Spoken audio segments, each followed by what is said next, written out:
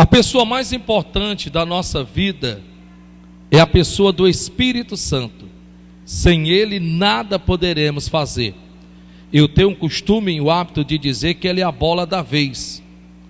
Quando nós pegamos a Bíblia Sagrada, desde o livro de Gênesis até o último livro do Novo Testamento, que é o Apocalipse, nós vamos ver as divisões da Trindade em ação.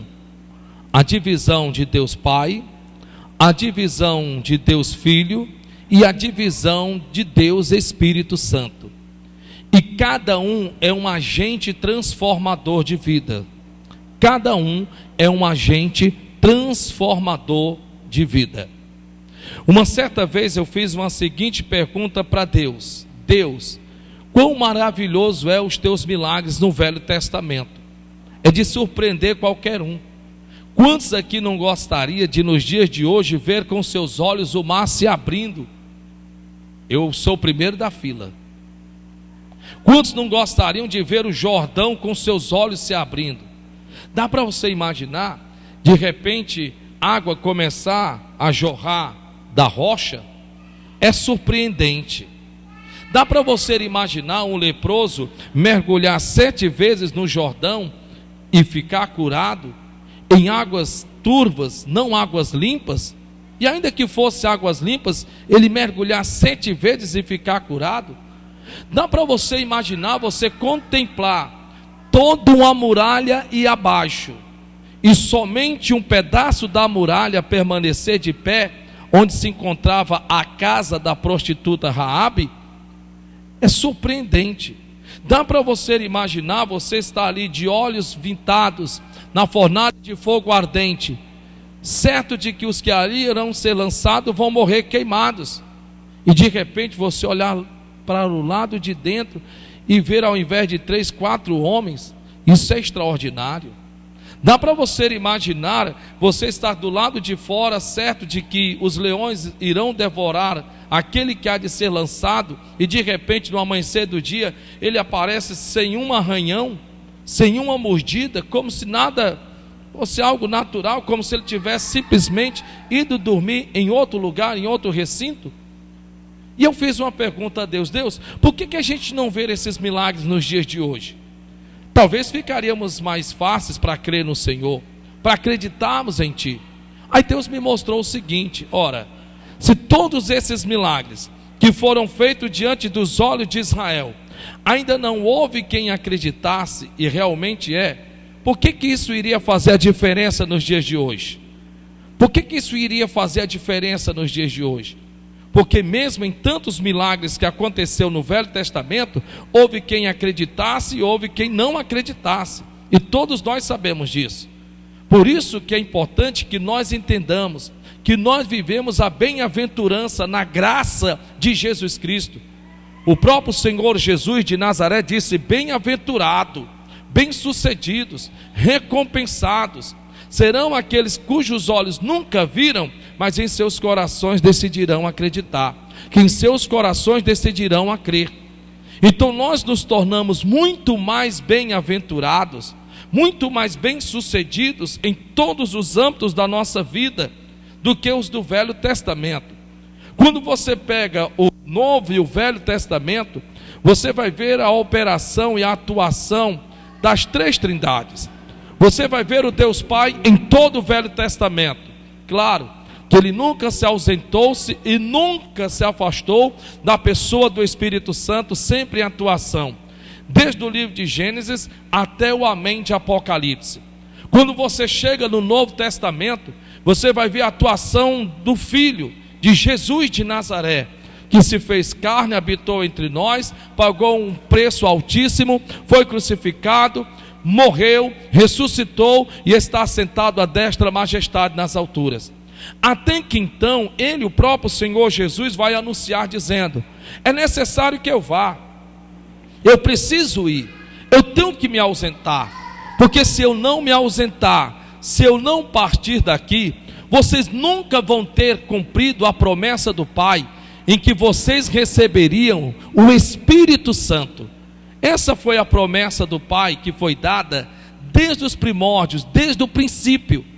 O que é interessante é que você vai perceber que nós temos o Deus Pai agindo, atuando através do Espírito Santo no Velho Testamento, com todos os tipos de milagres e maravilhas. Você vai ver a pessoa do Senhor Jesus também do mesmo jeito, curando enfermos, ressuscitando mortos. Isso é extraordinário, isso é maravilhoso. Quantos aqui não gostariam de estar diante do túmulo de Lázaro, sabendo que este jazia já há 4 dias e 4 noites, que estava sepultado? Ora, eu gostaria sim de estar lá. Eu gostaria de estar com meus olhos fintados. O que vai acontecer? Ele mandou tirar a pedra, ele mandou removê-la. O que vai acontecer? E de repente ele dizer: Lázaro, vem para fora. E naquele exato momento Lázaro saiu ileso, como se nada tivesse acontecido. Nossa, isso é extraordinário, isso é maravilhoso, isso é fabuloso. Isso é de dizer: uau, glória a Deus por isso. Mas o que é mais interessante é que nenhuma dessas coisas teve o poder de transformar o homem. Por maior que fosse o milagre, por mais extraordinário que ele tivesse sido, eles levavam a crer, mas não transformava. Então é exatamente isso que Jesus de Nazaré e o próprio Pai vai fazer com que, através da pessoa do Espírito Santo, o maior agente transformador de vidas, o maior agente transformador de vidas. Então, para a glória de Deus, Ele vai cumprir a sua promessa, dando-nos o que Ele tem de melhor, de maravilhoso, de fabuloso, de extraordinário. Olha, para falar a verdade, não se tem palavra que se possa encontrar, que é a pessoa do Espírito Santo. Não existe ninguém tão maravilhoso do que a pessoa do Espírito Santo. Não existe ninguém tão mais extraordinário do que a pessoa do Espírito Santo. É o Espírito Santo que, através do poder de Deus, cura, liberta, restaura, transforma. E é exatamente isso que nós vamos procurarmos saber. Em que área da minha vida está faltando essa atuação do Espírito Santo? Porque bem entendemos que cada um tem um papel definidor na minha, na tua, na nossa vida. Quando você vê em 1 Samuel, você vai ver aqui algo extraordinário da parte da pessoa do Espírito Santo. Todos nós sabemos que o homem chamado Saul foi um dos primeiros a receber a unção. A unção do qual este homem chamado Saul iria receber não vinha propriamente de homens, vinha da pessoa do Espírito Santo através do homem. Que homem era esse? Samuel, o profeta. E o que é interessante é que a Bíblia Sagrada diz que este homem chamado Samuel utilizaria-se de óleo, que é uma representação da pessoa do Espírito Santo, do qual ele então iria receber esta unção. E o que esta unção iria causar na vida deste homem chamado Saul? O que é interessante, que após este homem chamado Saul, nós temos a pessoa de Davi. Nós temos Saul e temos Davi. Igualmente, esses aqui também receberam do mesmo homem a unção. Mas quando você passa as páginas da Bíblia, você fica sem entender, você coça a cabeça, você fica: eu não estou entendendo. Como pode duas pessoas receberem a mesma unção? Como pode duas pessoas receberem da mesma pessoa a mesma unção e ter atitudes e comportamentos totalmente diferentes? Então você para pensar e você analisa da seguinte forma. Então espera ainda. Saul foi ungido por Samuel, foi utilizado o azeite, o óleo, como também Davi foi ungido por Samuel, que também lhe foi utilizado o azeite e o óleo. Mas como pode Saul ter atitudes tão diferentes de Davi? É uma boa pergunta, porque na verdade, se tivesse, entre aspas, sido ainda que outro profeta, ainda assim nós faríamos a mesma pergunta: como pode uma coisa dessa? Como pode Saul ter recebido a unção de um homem chamado Samuel, o profeta? Como pode Davi ter recebido a unção de um homem chamado Samuel, o profeta, e estes serem tão diferentes? Se nós sabemos muito bem que a unção foi a mesma. vinda do próprio Pai, vindo do próprio Deus. Então nós temos que entendermos isto. Nós temos que compreendermos isso. Isso é muito importante. É mais ou menos assim: como pode dentro de uma igreja todos ouvirem a mesma pregação, ao passo que uns mudam, outros não mudam, ao passo que uns são transformados e outros não? É a mesma coisa. Como pode uma coisa dessa? Como pode eu, como um cristão, evoluir ouvindo a mesma mensagem que todos estão ao meu redor, que também estão ouvindo, e agora eu começo a evoluir em Deus, começo a melhorar em Deus, começo a melhorar em comportamento, pensamento, atitude, relacionamento e tanta coisa. E quando de repente eu vejo que o meu irmão que está do lado, meu Deus, ele não muda em nada, Jesus. Ele não muda em nada. Então dá para nós entendermos que o problema não estava em quem estava ungindo Samuel, não estava na unção que estava sendo dada através do azeite pelo Espírito Santo, estava na pessoa. Estava na pessoa. Assim como Davi, que vai receber também da mesma unção, da mesma pessoa, e que vai passar a ter atitudes e comportamentos diferentes, enquanto que Saul vai desperdiçar a unção que tinha recebido. Que você, em nome do Senhor Jesus, possa se encontrar nessa mensagem. Que você, em nome do Senhor Jesus, possa, como eu sempre digo, assentar-se no divã espiritual, porque esta mensagem é totalmente, completamente, inteiramente espiritual. Não vem falando sobre você vai prosperar, além que você precisa prosperar. Não vem trazendo, ei, você vai ser curado. Eu sei, você também precisa ser curado.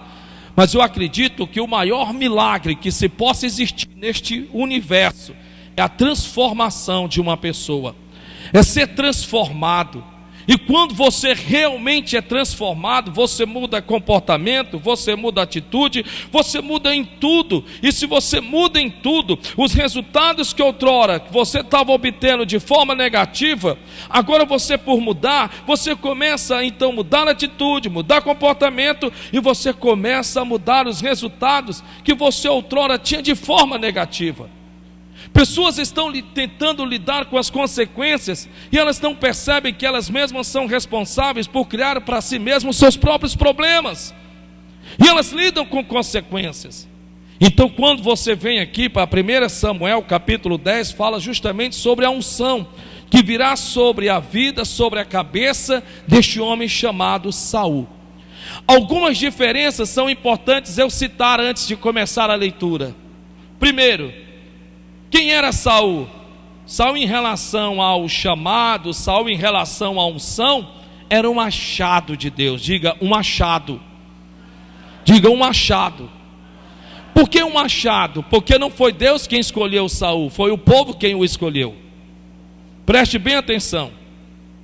Vamos ver a diferença entre a unção de Saul e a unção de Davi. Você tem que entendê-la. Porque não adianta eu começar a leitura se você não souber disso, que é tão importante, que é como se fosse a cartilha do ABC para todo crente. Por que que para um deu certo e para outro não? Por que que uns crescem e outros não? Por que que uns melhoram, outros pioram? Por que que uns têm a progredir, outros regredir? Que história é essa? Será que Deus faz acepção de pessoas? Certamente que não. Então, a primeira coisa que você tem que entender, que Saul é um achado. Um achado por conta de quê? Por conta de que não foi Deus quem o escolheu, foi o povo quem o escolheu. Outra, qual a diferença entre Davi e Saul? Já Davi foi o inverso. Davi foi uma escolha de Deus. Davi foi escolhido por Deus. Foi Deus quem o escolheu.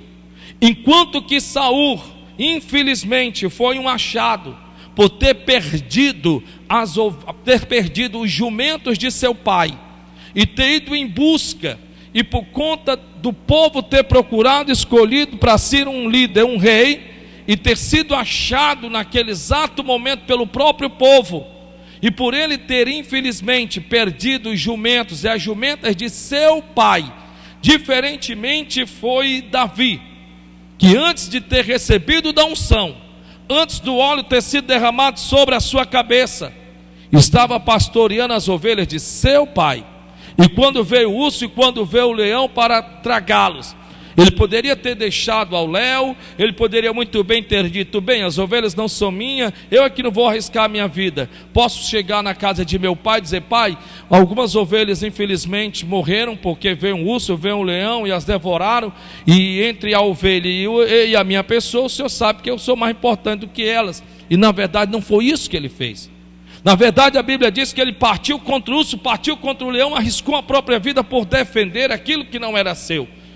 Qual desses dois você acha que chamaria mais a atenção de Deus? Aquele que infelizmente perdeu os jumentos e as jumentas de seu pai, e que agora está ao léu sem saber sequer onde encontrá-las? Ou aquele que colocou sua vida em risco para defender as ovelhas que não eram suas e pertenciam ao seu pai? Claro que Davi.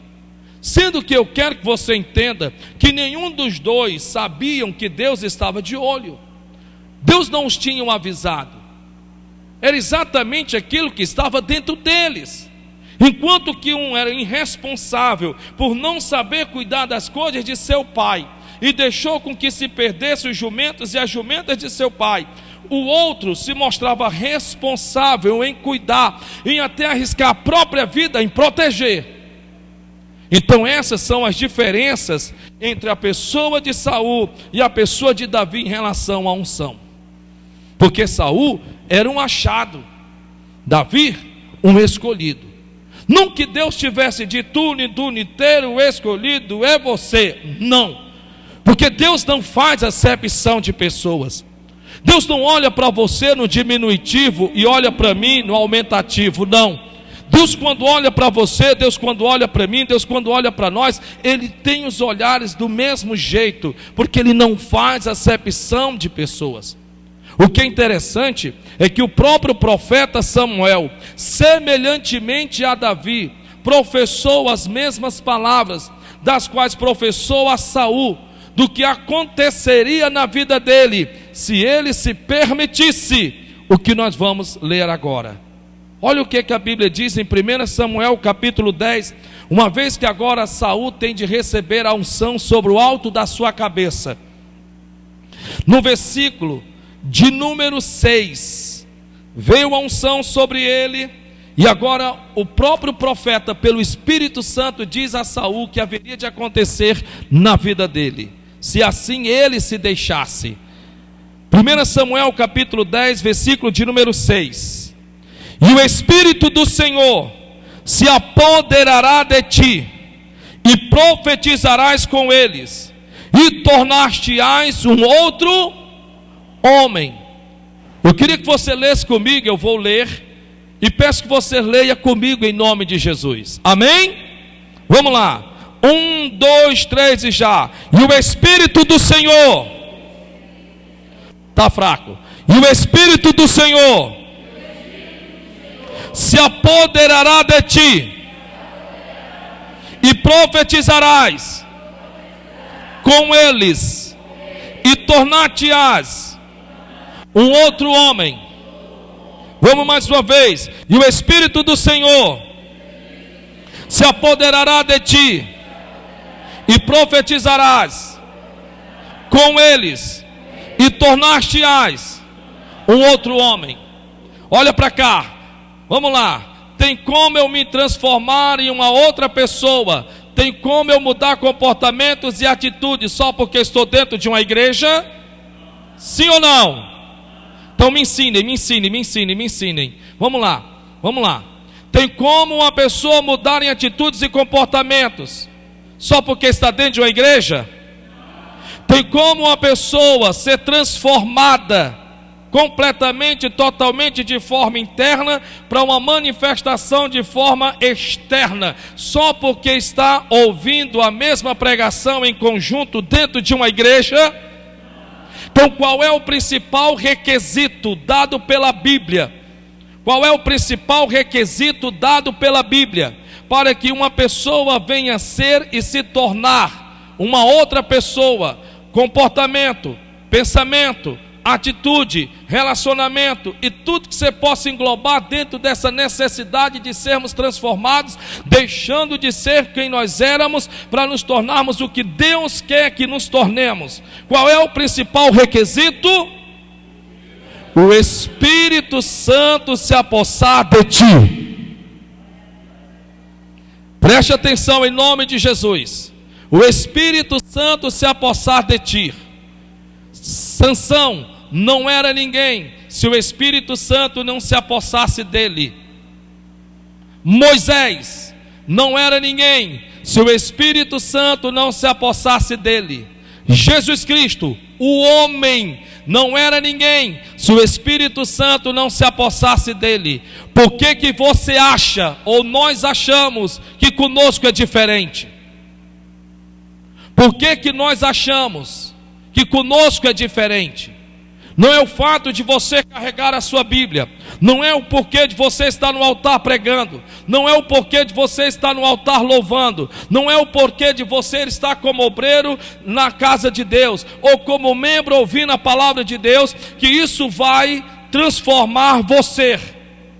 Não, é a permissão, é a autorização de você se deixar, se render, se deixar, se render, ser apoderado pelo Espírito Santo. E é muito fácil nós entendermos em que área da nossa vida nós nos deixamos verdadeiramente, nós nos rendemos e permitimos que o Espírito Santo venha se apoderar de nós. É muito fácil nós descobrirmos isto.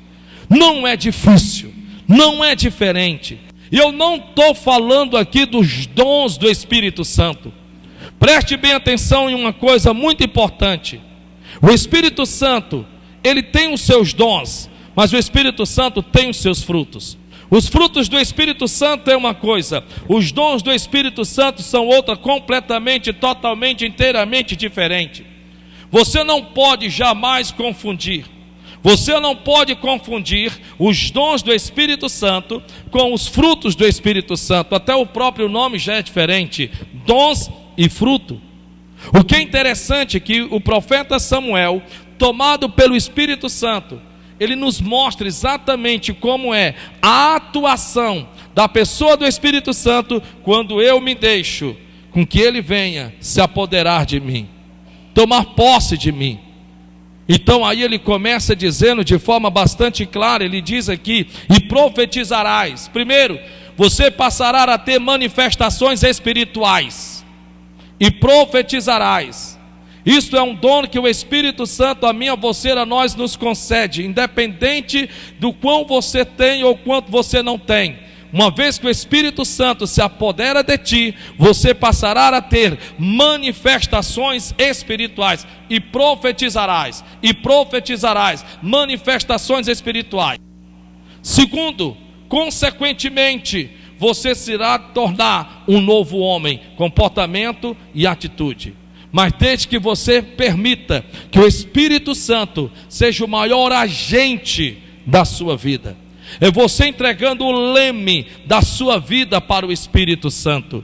É você dizendo, tudo bem, Senhor Espírito Santo, a partir de hoje eu estou cansado de tanto dar com os burros na água. Sim, eu reconheço que sem ti eu não sou nada. Eu reconheço se o Pai mesmo, o próprio Pai, através de tantos outros no Velho Testamento, como no Novo Testamento, todos esses precisaram da presença do Espírito Santo, quanto mais eu também preciso nos dias de hoje. É o se render, é reconhecer a dependência, a necessidade da pessoa do Espírito Santo.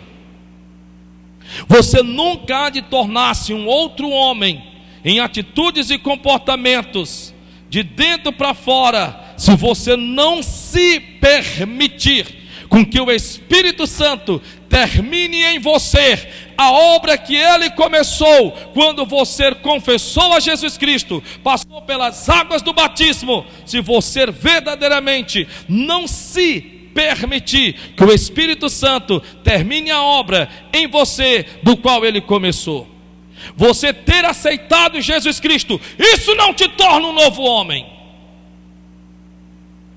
Sim, eu aceitei Jesus, eu deixei velhas amizades, sim, eu deixei certos lugares pelo quais eu andava, sim, louvado seja o nome do Senhor. Glória a Deus por isso, minha irmã, glória a Deus por isso, meu irmão. Mas se você prestar atenção, tem pessoas que elas nunca aceitaram Jesus e às vezes têm comportamentos e atitudes melhores do que a nossa, e elas nunca aceitaram Jesus de Nazaré. Porque atitudes e comportamentos vêm de uma consciência. Vem de uma consciência. Daquilo que eu sou consciente, que eu preciso fazer de certo, para que eu não possa errar, para que eu não possa me prejudicar, em todas as áreas da minha vida.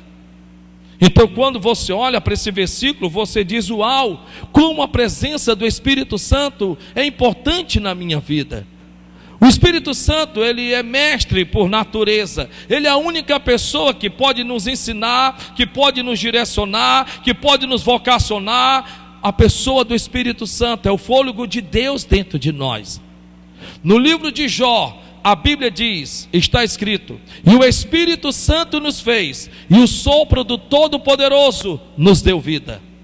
O Espírito Santo é o responsável por ter nos feito a imagem de Deus, a imagem do Pai. Sim, tem pessoas que elas acham que foi Deus que a mim, a você, a nós nos fez. A Bíblia diz, está escrito: e o Espírito Santo nos fez, e o sopro do Todo-Poderoso nos deu vida. O Espírito Santo participou na unicidade de Deus Pai, de Deus Filho, na minha criação. Eu não digo na minha fabricação, porque eu não sou um objeto. Eu sou a imagem e semelhança de Deus. Quando você começa a entender isso no seu coração, então você diz: não há ninguém melhor para me transformar do que a pessoa do Espírito Santo. Sim, eu preciso do Espírito Santo. Eu necessito desesperadamente da pessoa do Espírito Santo. Ele é a única pessoa que me conhece, porque Ele me fez. Então Ele me tendo feito, Ele sabe das minhas fraquezas e como trabalhar nessas fraquezas na minha vida. Então você olha para Davi, enquanto que Saul, ele simplesmente vai ignorar a presença do Espírito Santo.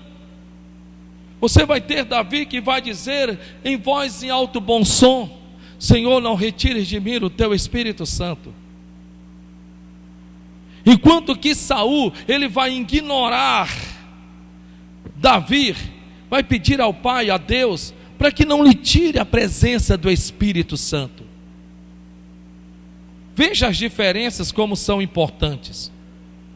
Quando você analisa isso, você então olha para dentro de você, então você se faz a seguinte pergunta: sim, tudo bem, mas como é que eu sei em que área da minha vida eu não estou me permitindo?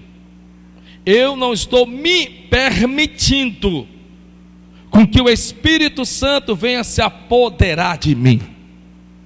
Então nós vamos no livro de Gálatas, porque nós vamos termos aqui as manifestações do Espírito Santo. Nós vamos termos aqui as manifestações do Espírito Santo, porque o Espírito Santo é o maior agente transformador de vidas. Gálatas capítulo 5.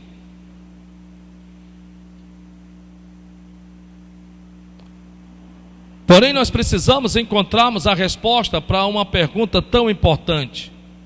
E essa pergunta é esta: por que é necessário a atuação do Espírito Santo em nós? Por que é necessário a atuação do Espírito Santo em nós? Nós já aceitamos Jesus, já temos uma Bíblia, louvado seja o nome do Senhor. A primeira resposta é porque fomos feitos para o Espírito Santo e não Ele para nós. Olhe para cá, por favor. Por que é tão necessário, por que é tão preciso na minha vida a atuação do Espírito Santo em mim?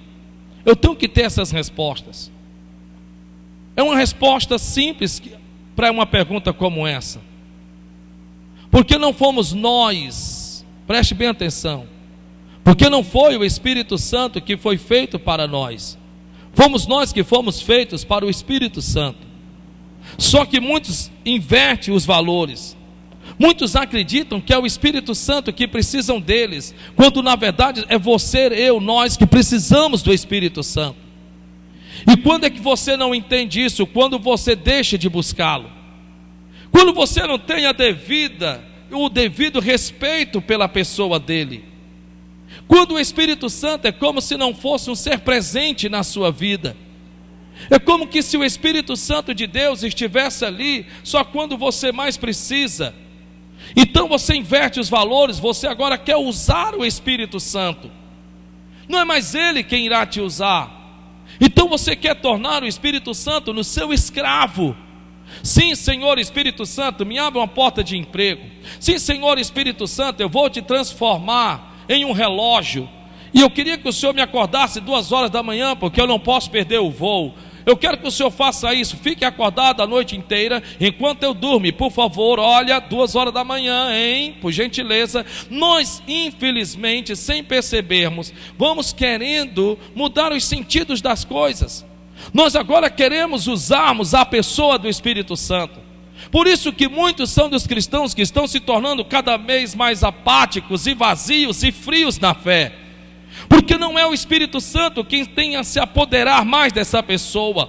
Já não é mais o Espírito Santo que está no leme da sua vida. É você que está tentando estar no leme da vida do Espírito Santo.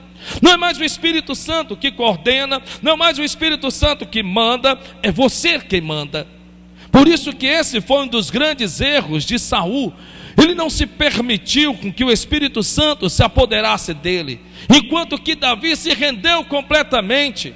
Enquanto que Davi, e não só Davi, mas a todos os bem-sucedidos na Bíblia, se renderam verdadeiramente à pessoa do Espírito Santo.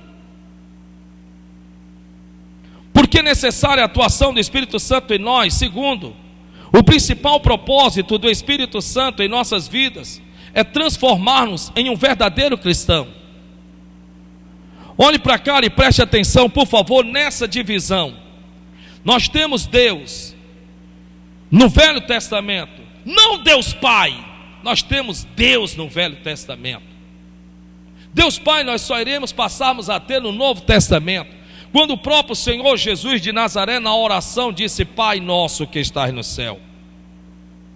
Mas no Velho Testamento nós temos Deus, ao ponto de que até os judeus, os israelitas no templo, para citar o nome de Deus, eles tinham que lavar a boca e lavar as mãos, e uns tinham que tomar banho, outros trocar de roupa. Eles não falavam o nome Deus como nós falamos hoje. Deus me livre, se Deus quiser, usamos o nome de Deus para tudo. Isso é maravilhoso, isso é glorioso, louvado seja Deus. Isto mostra o seu temor, sim, mas nem sempre o teu respeito por Ele. Nem sempre o respeito. Deus não fica chateado em relação a isto. Por isso que você vai ver que no Velho Testamento Deus traz dentre todos os mandamentos não tomar o nome do Senhor teu Deus em vão, de forma desnecessária. Então nós temos a Deus, e Deus está sobre o seu trono de glória. Então Ele está em atuação através dos demais, e tudo que eles vão ter, tanto Moisés como qualquer homem na Bíblia, no Velho Testamento, o que eles vão ter é o vislumbre da manifestação do Espírito Santo, e não a presença do Espírito Santo. Por isso que vira e volta, você percebe na Bíblia, no Velho Testamento, em que eles eram tomados pelo Espírito Santo, como que alguém que viesse de fora para dentro, porque não estava do lado de dentro permanentemente. Nós então adentramos o Novo Testamento, e agora nós temos o Filho. E o Filho agora nos torna responsável pela minha, pela tua, pela nossa salvação. Se o Filho não tem a concretizar a sua morte na cruz do Calvário, coitadinho de nós. Primeiro, infelizmente, não teríamos como sermos salvos. Segundo, jamais teríamos de como receber a presença do Espírito Santo. Então você vai perceber de forma bastante clara a divisão em relação a Deus e o Filho. Deus é aquele que nos ama acima de tudo, acima do próprio Filho. Jesus Cristo é o agente responsável pela tua salvação, pela minha salvação, pela nossa salvação. Mas temos o Espírito Santo, que Ele é o responsável. Ele não deu isso ao Pai, Ele não deu isso ao Filho, mas Ele tem isso para com Ele. Ele é o maior agente transformador de vidas. Você tem que entender isso.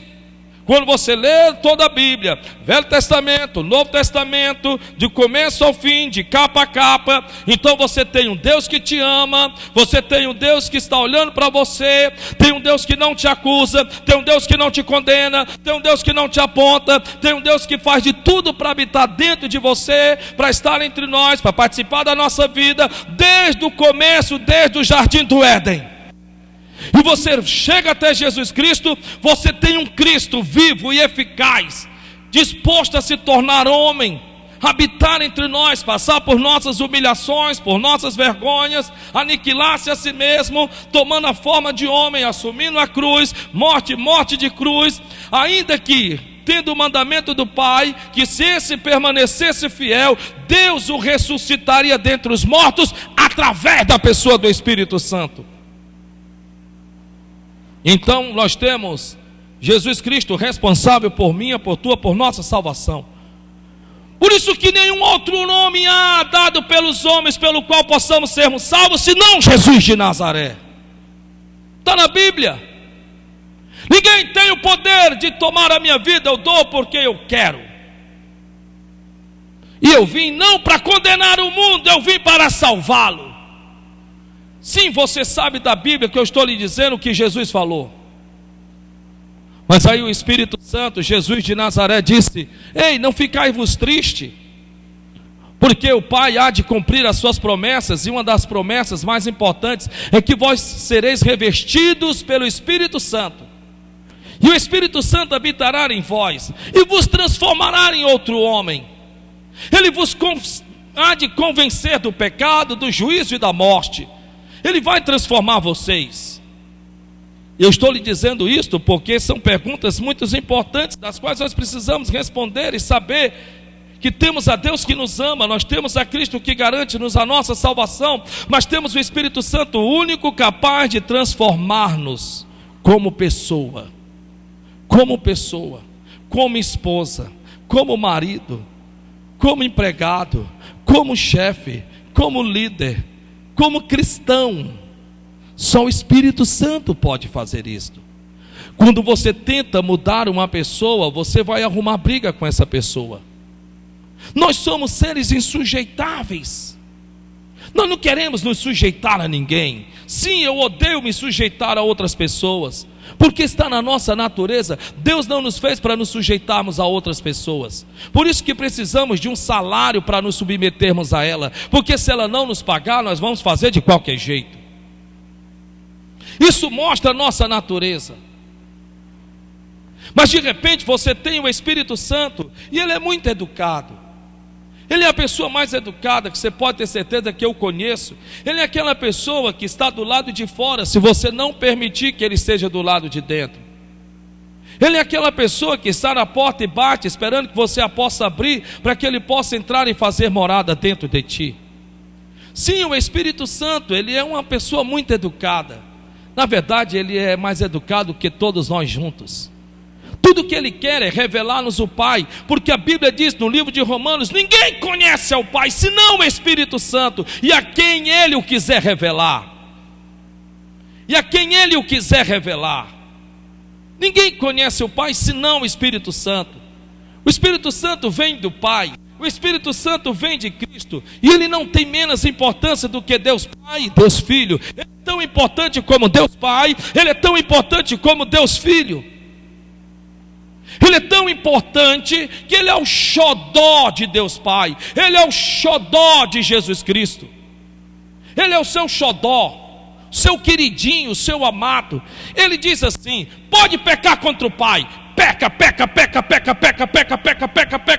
qualquer pecado, o Pai perdoa. Pode ser o pecado mais devastador do universo, o Pai vai lá e perdoa. Está perdoado, eu te perdoo. Acabou-se, lancei no mar do esquecimento.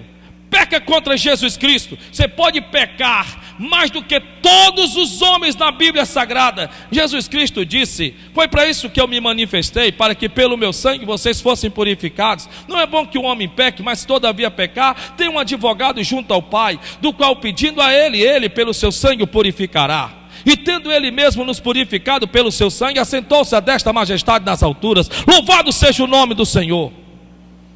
Mas ele diz: agora tem uma coisa, peca contra o Espírito Santo, vocês vão se arrebentar, porque ele é o meu xodó. Ele é o meu xodó.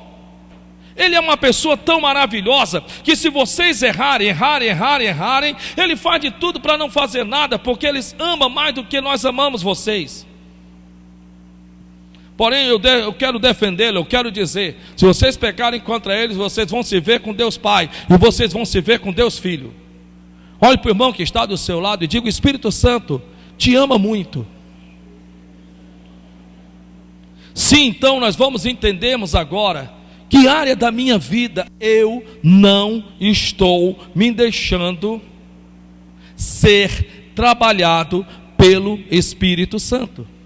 Eu vou citar alguns versículos, mas eu já escrevi aqui o que eles significam, então você pode ficar tranquilo em nome de Jesus, amém? Porque senão nós termos que abrirmos a Bíblia em vários capítulos, em várias páginas, e talvez isso iria dificultar uma compreensão tão simples da manifestação e atuação do Espírito Santo. No livro de Gálatas, capítulo 5, a Bíblia fala sobre os frutos do Espírito Santo. E aqui no livro de Gálatas, capítulo 5, versículo de número 22, a Bíblia diz assim: mas o fruto do Espírito Santo olhe para cá, mas o fruto do Espírito Santo não só será, ele é,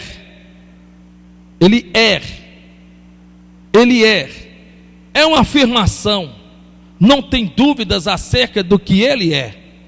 Porém interessante, né, porque a Bíblia usa a palavra frutos.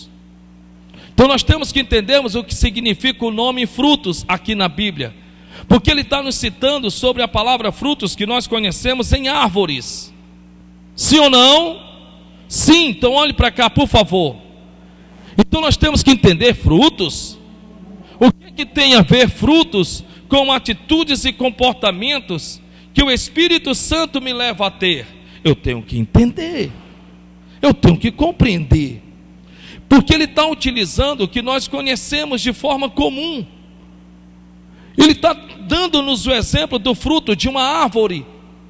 Então nós vamos entendermos que ninguém jamais planta uma árvore simplesmente pela sua sombra, se planta pelo seu fruto. Então nós entendemos que uma árvore, uma vez que foi semeada na terra, uma vez que ela germina e cresce, você está na ânsia de esperar pelo seu fruto. Olhe para mim e me responda, se eu estiver errado, me corrija. Depois que uma planta foi semeada, depois que ela cresceu, germinou, existe alguma coisa além que ela possa fazer depois de ter dado frutos? Não. Então é simples entendermos que a palavra fruto quer dizer obra eficaz, ou quer dizer resultado desejado. Resultado desejado. Sim, eu plantei um pé de coqueiro e agora o resultado desejado, almejado e tão querido alcancei. Você vai e tira o seu coco. Sim, eu plantei uma mangueira e o resultado desejado, almejado e tão esperado era que agora, graças a Deus, ela agora está dando seu fruto e você vai e tira a sua manga. Então existe na minha, na tua, na nossa vida, que o Espírito Santo espera ansiosamente que você venha se deixar ser dominado pelo Espírito Santo, a fim de que você venha manifestar o mais desejado, o mais esperado fruto, quer dizer, obra, atitude, comportamentos dos quais nós fomos feitos para fazer. O pecado foi que infelizmente impediu com que nós vivêssemos assim. Mas louvado seja Deus que nos enviou o Espírito Santo com seus frutos, suas obras eficazes, com suas obras e os seus resultados tão desejados, a fim de que através de nós fossem manifestos. E aí ele começa dizendo aqui, vamos lá, mas o fruto do Espírito Santo é amor. Nossa, Veja que na sua Bíblia talvez esteja escrito também nessa sequência: amor, amor, amor. Se você não está se deixando ser apoderado pela pessoa do Espírito Santo, então você é uma pessoa vazia de amor. Você sabe o que é interessante? É que a Bíblia Sagrada diz assim, o próprio apóstolo Paulo: ainda que eu falasse a língua dos anjos, sim, é maravilhoso, é um dom. Ainda que eu profetizasse, sim, é maravilhoso, glória a Deus por isso. Mas se eu não tivesse amor, de nada seria. A Bíblia Sagrada diz que a fé e a esperança são armas poderosas para a vitória. Mas a Bíblia Sagrada diz que dentre essas coisas, a maior é o amor. Sim, é o amor. Existem vários tipos de amor, mas 3 são os mais importantes. Existe o amor filos, existe o amor ágape e o amor eros. Esses 3 amores, Deus opera através de nós pela pessoa do Espírito Santo, porque nós somos seres vingativos, está na nossa natureza. Nós somos seres, toma lá da cá, se falar vai ouvir, se me agredir eu te agrido também. Nós não somos seres perdoador, a não ser que haja manifestação do Espírito Santo. Nós trabalhamos por não querer perdoar, não queremos relevarmos a fraqueza dos mais fracos, seja ele qual for. Então quando você é uma pessoa que se deixa verdadeiramente ser dominado pela pessoa do Espírito Santo, você olha para dentro de você e você se pergunta: espera ainda, como é que eu estou em relação a amar? Sim, em amar o seu marido, amar a sua esposa com amor eros. Ou de repente, você amar as pessoas que estão à sua volta, independente se elas são familiar ou não, se é da parentela ou não.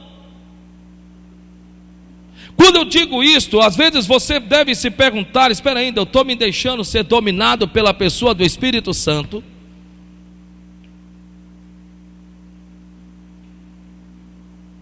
Então você é uma pessoa que se dá bem com todas as pessoas, você ter um amor filos, e este amor é de amizade, tudo bem, como é que está? Você está ali na hora que aquelas pessoas precisam, são seus amigos, são seus colegas. Sim, você os festeja, você os comemora. Nossa, você quer estar no meio deles, você tem tanta coisa para conversar. Glória a Deus, é uma manifestação da pessoa do Espírito Santo, que está manifestando o amor filos através da sua vida. Mas se esse amor filos opera através de você, então por que não tem operado também o amor eros dentro da sua casa? Onde está este amor, o qual você juras de amor pela sua esposa? Onde está esse amor onde você juras de amor pelo seu marido? Onde que se encontra? Onde está? Será que você não deixou engavetado? Ou será que você não deixou em uma ausência de perdão? Porque o bem da verdade, o primeiro fruto, a primeira obra eficaz, o primeiro resultado desejado e esperado por Deus, através do Espírito Santo, através da nossa vida, é o amor. No livro de Romanos, capítulo 5, versículo 5, a Bíblia diz que o amor de Deus está derramado em nossos corações pelo Espírito Santo que nos foi dado. Sim, quem anda comigo sabe disso, louvado seja Deus. É difícil um dia na minha vida, Deus sabe a verdade, que eu não cito esse versículo. Sim, o amor do Pai pelo Espírito Santo foi derramado no meu coração, e eu sou incapaz de querer ou desejar o mal quem seja para quem for. Louvado seja Deus, porque esse amor não é meu, vem do Pai e vem através da pessoa do Espírito Santo. Você não vai conseguir amar os difíceis se você não entender que o verdadeiro amor não vem porque você é bem cuidado ou tratado, ou que seja celebrado ou festejado. Vem porque você entende em que o amor do Pai foi derramado em teu coração pelo Espírito Santo. Se você não entender isto, não adianta a pregação que você está de ouvir. Porque a Bíblia diz em Romanos capítulo 5, versículo 5: o amor de Deus está derramado, inundado em meu coração pelo Espírito Santo que nos foi dado. Quem aqui tem a presença do Espírito Santo em sua vida, dá glória a Deus. Aonde estão então os frutos da manifestação desse amor, se você diz que você o tem na sua vida? Onde é que está? Por que você festeja mais os de fora do que os de dentro? Por que você celebra mais os de fora do que os de dentro? Por que você quer passar mais tempo com os de fora do que com os de dentro? Onde está esse amor? Onde está esse amor que não pode estar em um ao lado do outro, que parece que são dois positivos que não dão certo e logo vai começar a explodir tudo? Onde está este amor que um ofende um ao outro? Às vezes pode correr o risco até com agressão, mas não existe coisa pior do que palavras. Onde está esse amor? Onde está esse amor que não consegue perdoar? Onde está esse amor que não consegue relevar a fraqueza do seu próximo? Onde está esse amor que a única coisa que você sabe é trazer os resultados indesejados do passado e jogar em cara? Onde está esse amor? Onde está esse amor que você ameaça dizendo: tu vai ver, bichinha, tu vai ver, bichinho, tu vai ver como eu estou certo? Onde está esse amor que não te leva a interceder para evitar que aquela pessoa venha sofrer? Onde está esse amor? Onde está esse amor que você fica sentado na expectativa de que aquela pessoa tem que se dar mal na vida para provar que você é marido, você é esposa? Porque nós estamos falando do amor eros, em que parece que você pensa ou entende que a única maneira, a única forma de que você possa levar essa pessoa a entender que está errado ou que está errada é que essa pessoa venha se dar mal na vida. Onde está esse amor? Sim, vocês acabaram de me dizer amém.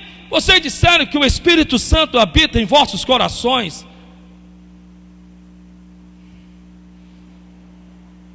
Para que foi derramado em nossos corações o amor do Pai pelo Espírito Santo? Para quê? No livro de 1 João, capítulo 3, versículo do número 18, diz: para que o amor não seja só de palavras, e sim em obras e em verdade. Eu quero que você repita comigo, de Romanos capítulo 5. Eu quero que você repita comigo, Romanos capítulo 5, versículo 5. Está escrito que o amor do Pai foi derramado. Coloca a mão no coração, no meu coração, nos meus sentimentos, nas minhas emoções, pelo Espírito Santo que me foi me dado. Diga: eu tenho um coração cheio de amor. Eu estou inundado por este amor. Eu estou contaminado por este amor. Eu posso dizer para a pessoa que está do meu lado, então olhe para a pessoa e diga: eu te amo. Como nós podemos amarmos uma pessoa em que esta pessoa é tão frágil como nós, se não for pelo Espírito Santo? Mas existe um para quê? Para que ele fez isso? Por que ele fez isso? Primeiro, 1 de João capítulo 3, versículo 18: para que o amor não seja só de palavras, e sim em obras e em verdades. Está lá escrito em 1 João capítulo 3, verso 18. Filhinhos, está escrito assim: filhinhos, filhinhos, que o vosso amor não seja só de palavras, mas em obras e em verdade. Então nós não podemos amarmos só porque abrimos a nossa boca e dizemos que amamos. No amor filhos, a Bíblia Sagrada diz acerca do casal, diz assim: maridos, amai as vossas esposas, assim como Cristo amou a igreja e se entregou a si mesmo por ela. Da mesma forma, a Bíblia também nos pede para que a esposa então ame ao seu marido e a ele se submeta, não como forma de servidão, de ser uma empregada, não é isso, mas ser uma adjuntora que está ao seu lado, que compartilha do mesmo bom combate em Cristo Jesus. É impressionante, biblicamente falando, como a Bíblia implica o amor a um relacionamento.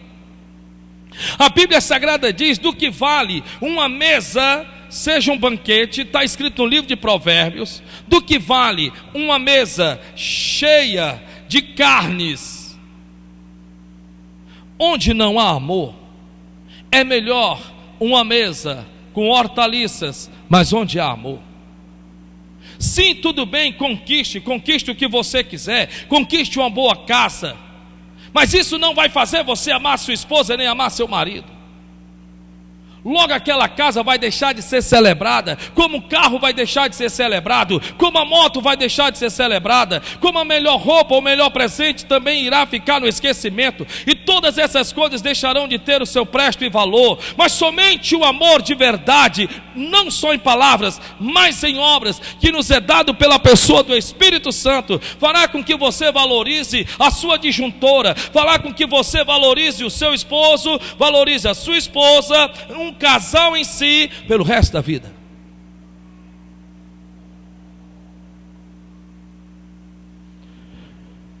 No livro de Romanos, capítulo 12, versículo 9, diz assim: para que o amor não seja fingido.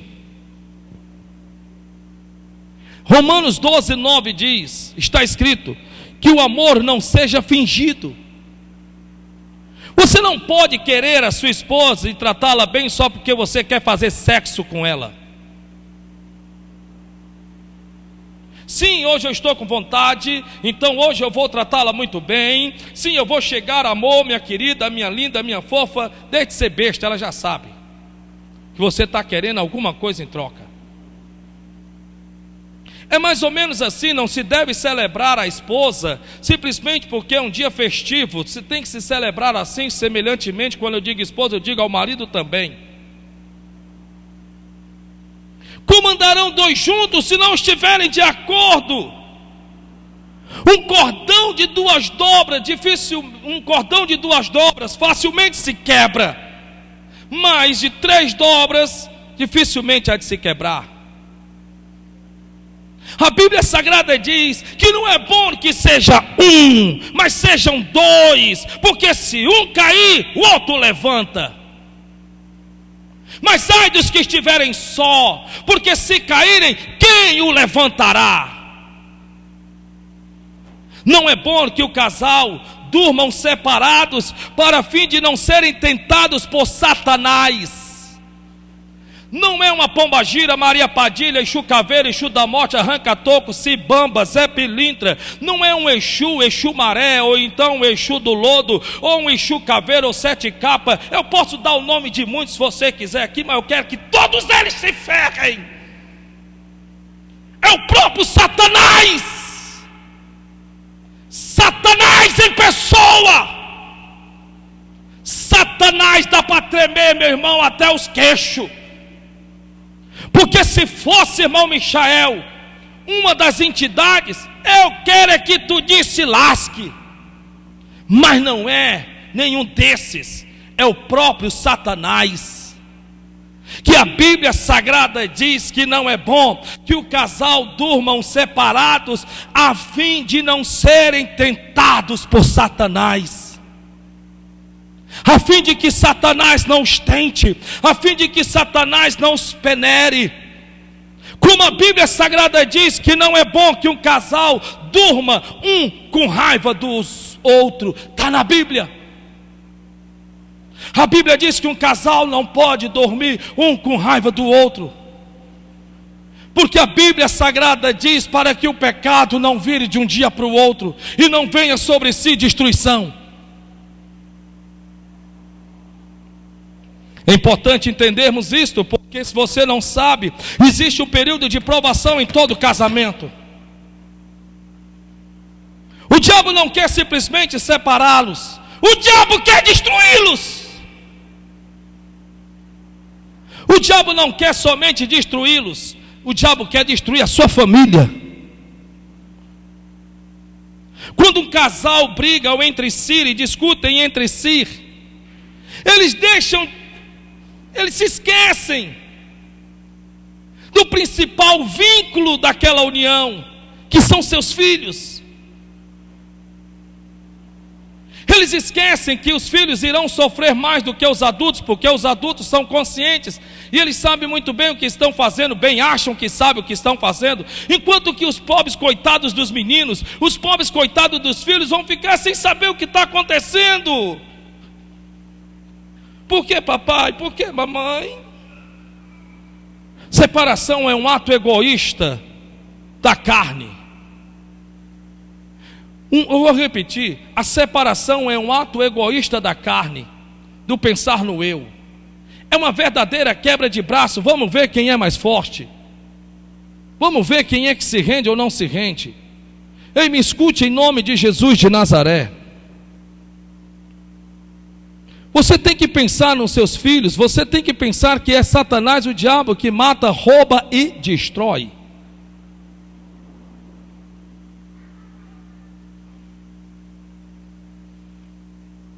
No livro de Efésios, capítulo 4, versículo 2, a Bíblia diz: para que suportamos a fraqueza dos mais fracos. Para que suportamos a fraqueza dos mais fracos. Sim, está escrito em Efésios 4, 2. Deus derramou-nos o seu amor em nossos corações, pelo Espírito Santo, para que suportemos a fraqueza dos mais fracos. Por isso que a Bíblia Sagrada diz: maridos, tratai as vossas esposas como sendo os vasos mais fracos ou mais frágeis.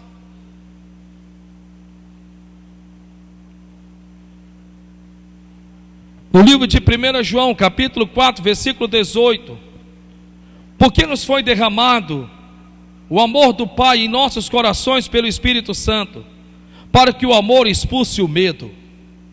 Está escrito, a Bíblia diz que o amor expulsa todo medo. Não pode existir relacionamento se não existir confiança. Pare para perceber, ei, são duas pessoas de mentalidades diferentes que estão tentando viver em um só pensamento. São pessoas diferentes das famílias, porque cada um traz consigo seus trajes familiares. Então, de repente, você do lado da sua família, você é aquela pessoa que sempre viu seus pais perdoando, você sempre viu seus pais relevando, mas já do outro lado não, já é um temperamento mais forte, aquele temperamento de... Então ambos estão agora vivendo dentro do mesmo teto. Se não tiverem cuidado, você sabe o que é que vai acontecer? Vai explodir tudo. Vai explodir. Vai explodir, porque o bem da verdade, você tem que entender que o amor do Pai foi derramado em meu, em seu, em nosso coração, para que o amor expulse todo o medo.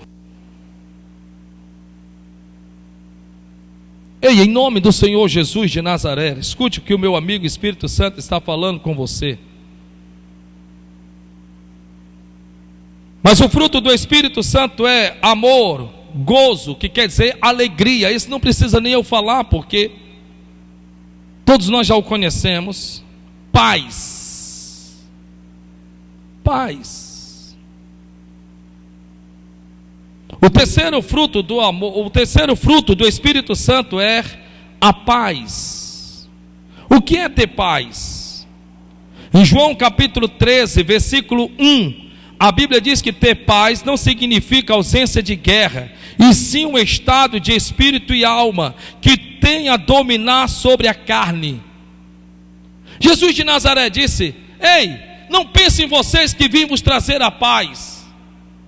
Não, eu vim vos trazer a guerra. Mas em meio a esta guerra é necessário que vocês tenham paz. Porque paz não quer dizer ausência de guerra. Me diga, pelo amor de Deus, quando é que você vai estar em paz? No sentido de acontecimentos, nem eu nem você nunca vamos estar em paz. Sempre nós vamos estarmos em alguma área da nossa vida com algum tipo de problema. Você não acha que se dois se unirem para resolvê-lo, não ficará mais fácil do que só um tentar resolvê-lo? Você não acha que dois terão capacidade suprema de resistir do que somente um? Você não acha que dois vão ter maior capacidade de construir do que somente um? Por isso que Satanás odeia a unicidade. O diabo odeia a unicidade. Sim, eu poderia chegar para Jesus Cristo, irmão Jerônimo, e dizer: Senhor, com todo respeito, mas o Senhor pisou na bola. Ei, o Senhor pisou na bola, amigo. Sim, eu podia chegar para Jesus e dizer isso. E agora está se achando o rei da cocada doce. Tenha calma, deixa eu terminar. Sim, eu podia chegar para Jesus Cristo e dizer para ele: ei, Jesus, o Senhor pisou na bola. Ele: por que eu pisei na bola? Porque o Senhor revelou um dos maiores segredos para a destruição. O Senhor esqueceu que Satanás, aquele infeliz, ele tem um ouvido do tamanho de um orelhão, que ele é um desocupado que fica procurando ouvir as coisas, para depois usá-la contra nós mesmos. E o Senhor falou o que não devia ter falado, meu irmão. O Senhor vacilou, pisou na bola, Jesus. E ele disse: mas o que foi que eu falei, rapaz, de errado que está escrito aí? O Senhor disse, de forma bem clara, está lá escrito. O Senhor disse, e Satanás ouviu o segredo para uma casa se destruir. O que foi que eu disse, rapaz? Fala logo, rapaz.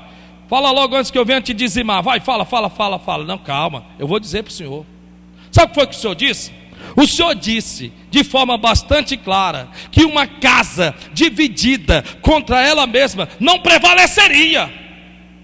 O Senhor devia ter ficado de boca fechada. O diabo ouviu. O diabo agora sabe que a unicidade é a única capacidade que tem de ambos se unirem, ainda que em suas fraquezas, de entenderem um ao outro, de perdoarem um ao outro, para dar uma tapa na cara do diabo. Aí o diabo agora ele vai prover o quê? A desunião, a contenda, a intriga, a desavença e tanta coisa mais, com a única finalidade: separação. O Senhor vacilou. Aí ele ia dizer para mim: quem vacilou foi você, rapaz, porque se eu não tivesse falado, vocês nunca iam saber, e o diabo sempre ia usar essa arma contra vocês. Aí eu diria: me perdoe.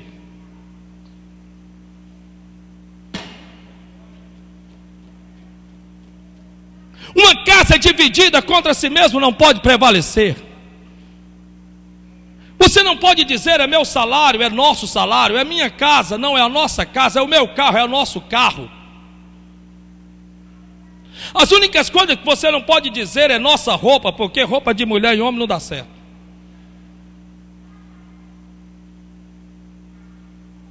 Sim, é importante que você ponha isso no seu coração, porque o bem da verdade, é importante que nós entendamos que termos paz não quer dizer ausência de guerra. Vocês nunca vão viver com ausência de guerra. Vocês sempre vão viver o meu combate. Por mais que não queira, por mais que diga não, pois olha, para falar a verdade, não. Vai ter um momento de intervalo dos comerciais. É aquele intervalo que... Mas logo vem mais uma vez outra etapa, e lá se vem tudo de novo. E lá se vem tudo de novo. Por isso que é importante que serem dois, porque se um cair, o outro levanta, o outro fortalece, o outro coloca de pé, o outro ajuda, o outro anima, o outro sabe.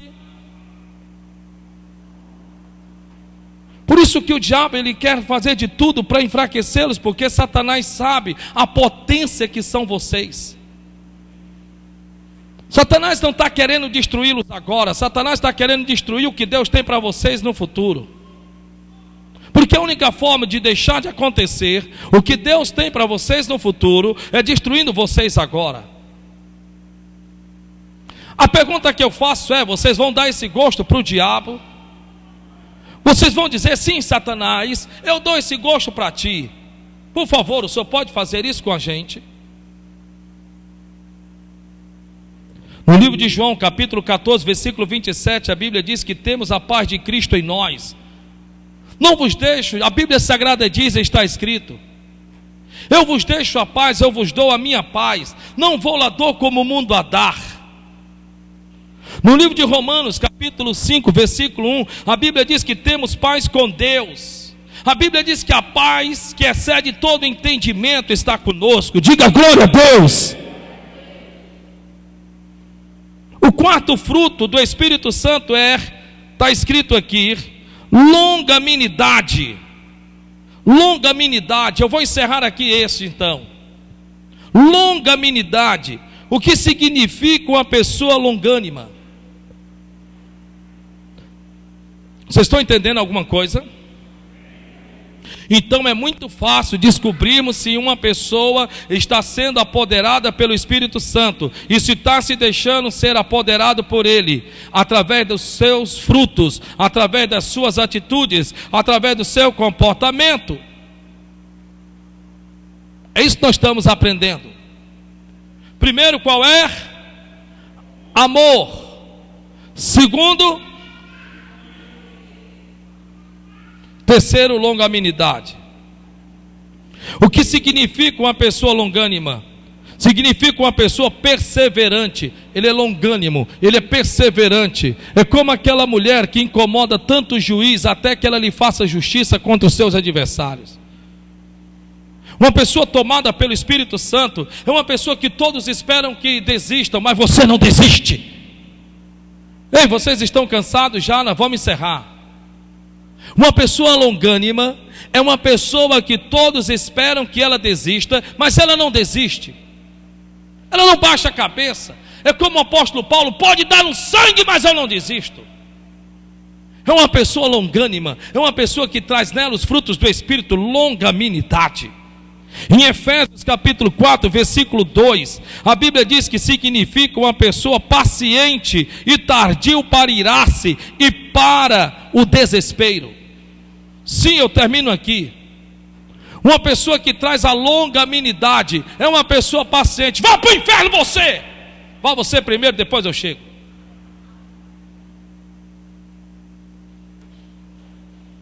Olhe para o irmão que está do seu lado, talvez ele tenha cara de longânimo. Dá uma olhadinha assim. Olha para o irmão que está do teu lado e diz: olha bichinho, Deus está falando contigo ou com você. Longanimidade significa uma pessoa paciente e tardio para irar-se. Escute, a Bíblia diz que a ira do tolo é destruir tudo que faz.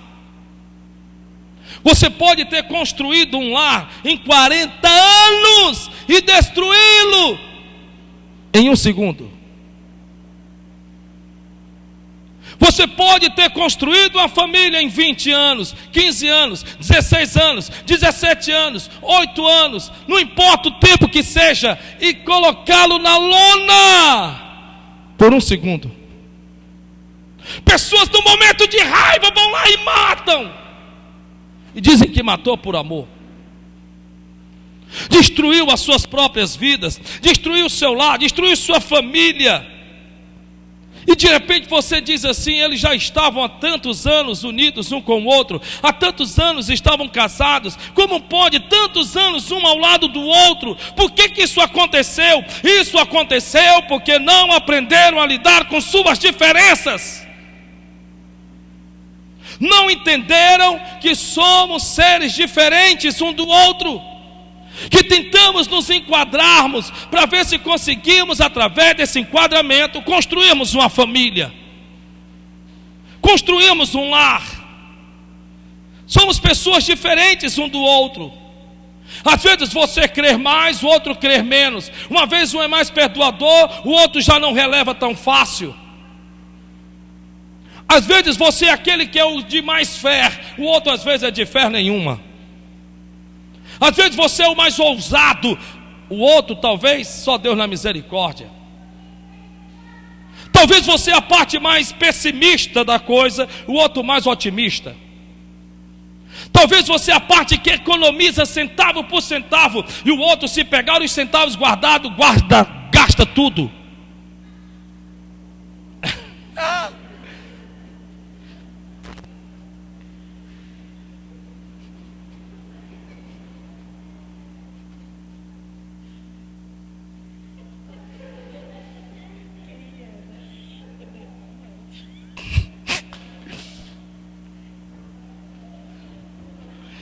Eu não quis dizer de quem foi a risada. Eu não falei para ninguém. Sim, às vezes você é a parte que economiza mais e você não suporta mais. Criatura, pelo amor de Deus, tu não tem projeto não. Olha quanto é que já deu essa fatura de cartão de crédito. Amor, estava precisando, mas precisando desse jeito.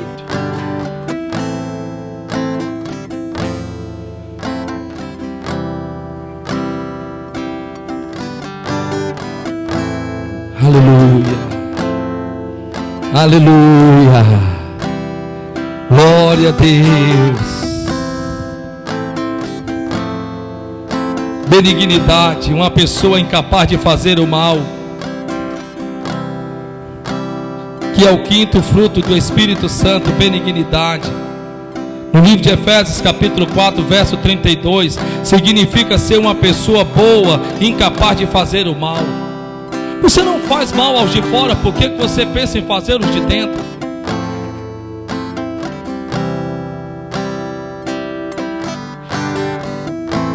Está no fogão, bote você. Coloque você. Não vou colocar. E outra, você hoje vai dormir no sofá. Não, aqui está em greve. Está em greve. Está em greve.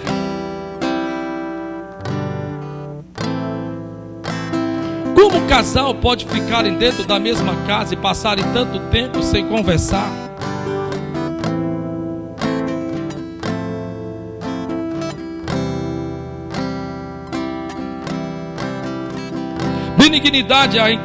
Benignidade significa ser uma pessoa boa, incapaz de fazer o mal. Efésios 4:32. Significa ser uma pessoa boa, incapaz de se alegrar com o sofrimento dos outros. Você não pode em um relacionamento se achar feliz porque você acha que a outra parte levantou a bandeira da paz. Provei que eu estava certo. Não, você provou que você na verdade só compartilhou um pouco de quem você é na verdade.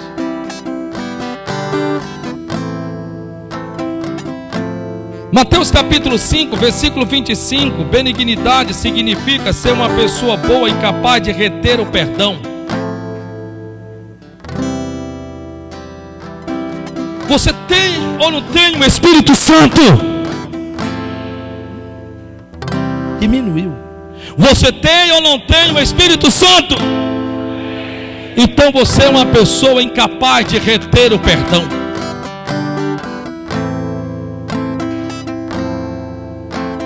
Pedir perdão não é sinal de fraqueza, mas sim de honradez. Se me perdoe, perdoai-vos uns aos outros. Está na Bíblia, perdoai-vos uns aos outros. Pai,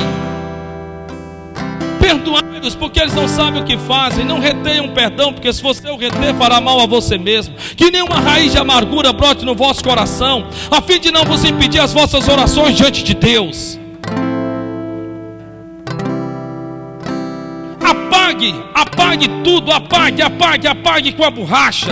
Apague os dias que vocês viveram esses dias. Sim, o Espírito Santo de Deus está lhe falando. Apague, passe uma borracha. Esqueça-se das coisas que para trás ficaram e olhe para o seu futuro. Deixe o passado no seu passado.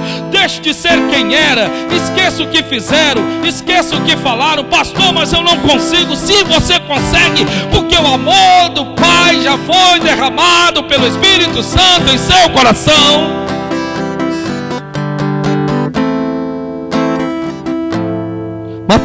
Romanos 12:14 significa ser uma pessoa acima de tudo, um abençoador. Ei, olhe para a pessoa e diga: eu te abençoo.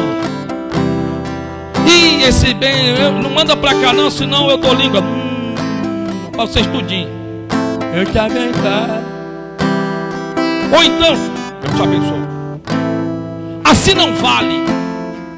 Benignidade é acima de tudo. Romanos 12:14. Acima de tudo, um abençoador. Diga para a pessoa: eu te abençoo. A quem você abençoar será abençoado.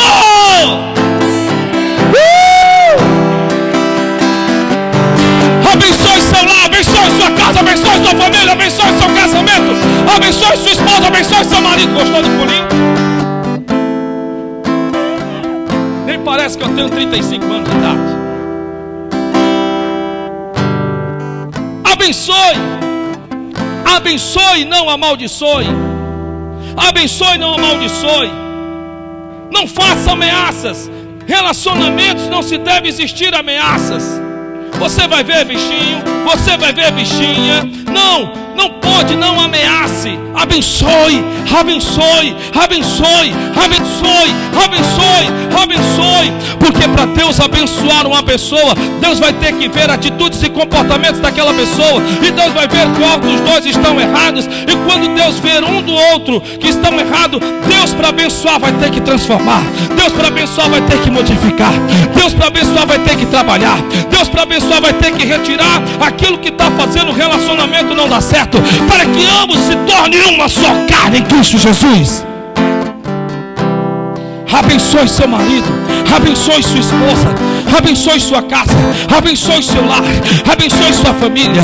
Sim, a minha casa é uma bênção, a minha família é uma bênção. Comece a abençoar, abençoe e não amaldiçoe. Colossenses 3,12 significa ser uma pessoa revestida do Espírito Santo. Diga: eu sou revestido do Espírito Santo. Diga: eu sou revestido do Espírito Santo. Diga: eu sou revestido do Espírito Santo. Olha para o irmão que está do teu lado e diga: seja revestido pelo Espírito Santo. De novo. De novo.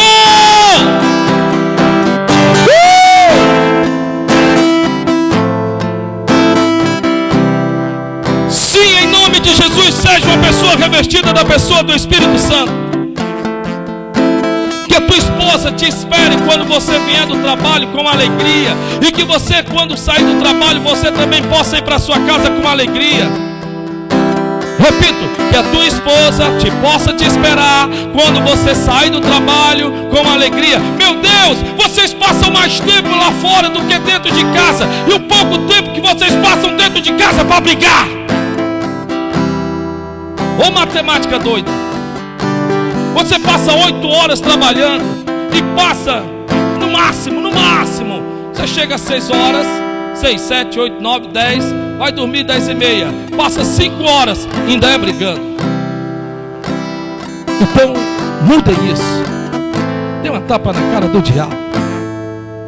Porque o Espírito Santo foi derramado em vossos corações. E o amor do Pai, em nome de Jesus. Que o Senhor te abençoe. Que Deus abençoe sua vida. Compartilhe esta mensagem para muitas pessoas que você conhece. Mande no grupo do seu WhatsApp, isso mesmo. Mande para um amigo, para uma amiga, para o seu pai, para sua mãe, para o seu irmão. Peça para compartilhar. Também lhe peço que você possa, em nome de Jesus, deixar o seu joinha, o seu ok aí, para que o YouTube entenda que as mensagens são boas e pode ajudar muitas pessoas e possa enviar para inúmeras pessoas para a glória de Deus.